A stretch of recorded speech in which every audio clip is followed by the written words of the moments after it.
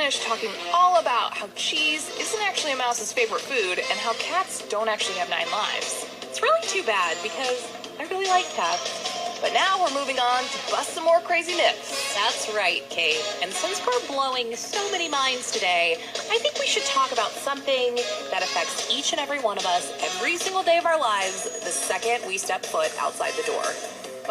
Okay, should I be scared? Maybe, Kate, because we're talking about weather. Wait a minute. How can there be myths about weather? Don't we have people who study that stuff? Yeah, we do now, but a lot of these myths are based on things that people used to believe a long time ago, and they just kind of got passed down from generation to generation. Sometimes it was not that long ago, like the case with tornadoes. Tell me all about tornadoes. Okay, so have you ever heard someone tell you that if you're out about maybe running some errands and a tornado touches down near you, that you're supposed to find a highway overpass to hide under, and that will protect you from the tornado? Yeah, I've definitely heard that before. Like, if I'm out on a big stretch of road and there's nowhere to hide, I think that would be solid advice. That's actually a myth, Kate. It started in 1979 when a man in Texas who was out about when a tornado kind of snuck up on him.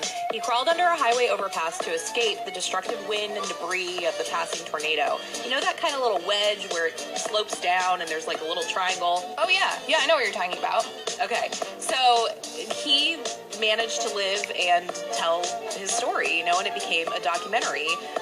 And so after that, people started to believe that this was an effective way of protecting yourself during a tornado. And then in 1991, a news crew was hiding behind a highway overpass in Kansas, and they filmed a tornado as it rolled by, and this footage became pretty famous. It doesn't really sound like a myth to me. It sounds like all these people survived, and this sounds like really great advice. It's not great advice. Weather and safety officials stress that you should not seek shelter from a tornado under a highway overpass.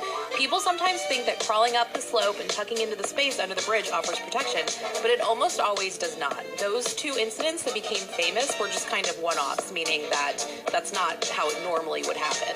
Okay, so it sounds like these people were really lucky. Yep.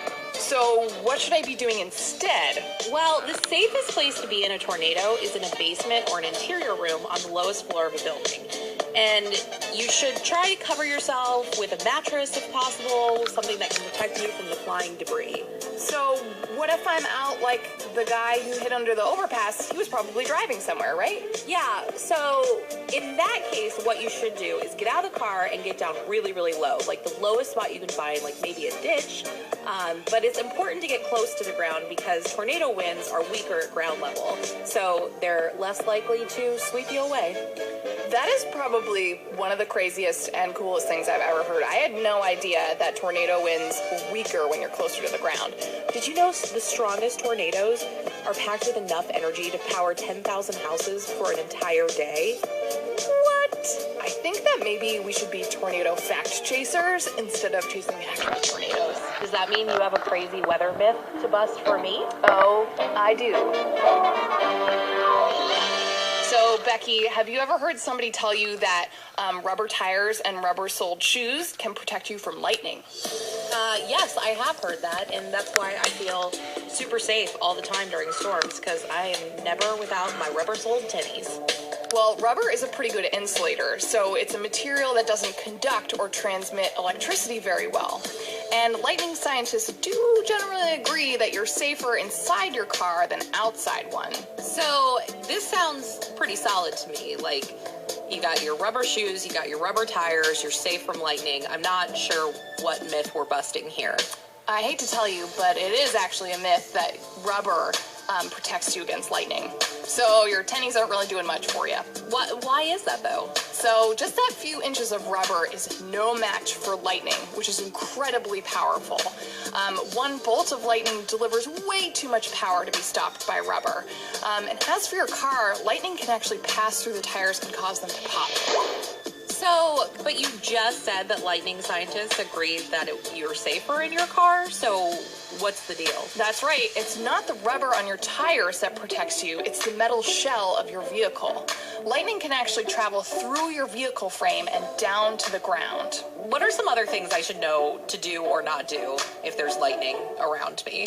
So something you shouldn't do, and something I've heard over and over again, is to stand or lie down under a tree. That is not good advice whatsoever. Lightning is looking for the tallest thing around you. It's looking for the fastest way to get to the ground.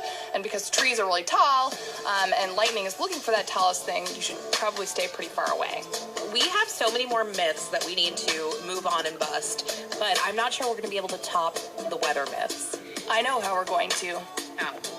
I am going to challenge you to the ultimate myth-busting game. Oh boy. Real or fake? Kate, you always think you can defeat me, but you're always wrong. Well, we'll be right back to see who is the master in this myth-busting round of real or fake.